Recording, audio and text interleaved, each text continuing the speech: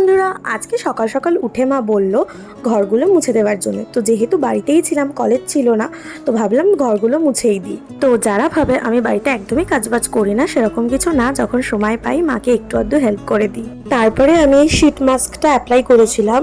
এটা আমি জুডিও থেকে কিনেছিলাম, খুব ভালো। এরকম 3টে কিনেছিলাম আলাদা আলাদা ফ্লেভারের। এটা হচ্ছে ডিটক্স ওয়াটার, আমার একটা ফ্রেন্ড আমাকে সাজেস্ট করেছে, তো আমি এটা বানিয়েছিলাম আর এটা আমি এখন রোজই খাচ্ছি। তোমরাও এটা ট্রাই করতে পারো। এখন বাজে রাত 8টা আর আমি রেডি হয়ে নিয়েছি, কারণ আমি যেই শিব মন্দিরটা তোমাদেরকে দেখিয়েছিলাম ভিডিওতে, ওখানে আজকে খাওয়া দাওয়া আছে। মানে শিবরাত্রির পরের দিনকেই খাওয়া দাওয়াটা ছিল।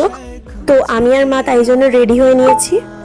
আমাদের পাড়া থেকেও অনেকে যাবে, অনেক আন্টিরাও যাবে, প্লাস আমার একটা বন্ধুও যাবে। তো ওদের জন্যই আমরা ওয়েট করে বসে আছি। আমরা পুরো রেডি হয়ে গেছি। তো এই যে আমরা এবার চলে এসেছি এখানে। গল্প করার পর এখন বাজে রাত 10টা আর আমরা খেতে বসে গেছি। সবার জায়গা হয়নি, আমরা 4জন মিলে খেতে বসেছিলাম।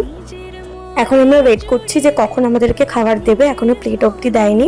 এমনি আমার খিচুড়ি ভাল লাগে না, তবে ঠাকুরের ভোগটা আমার খুব ভাল লাগে। দিয়েছে খিচুড়ি, আলুর দম আর বাঁধাকপির তরকারি। তারপরেই পাতে পড়ে গেল গরম গরম বেগুনি, যেটা আমি খাই না। পাঁপড়, চাটনিও ছিল আর শেষ পাতে ছিল পায়েস। তো খাওয়া দাওয়া কমপ্লিট করে আমি আর আমার বন্ধুটা এখন বাড়ির দিকে চলে যাচ্ছি। মায়েরা সবে খেতে বসলো। তো চলো, আজকের মতো ব্লগটা এইটুকুই।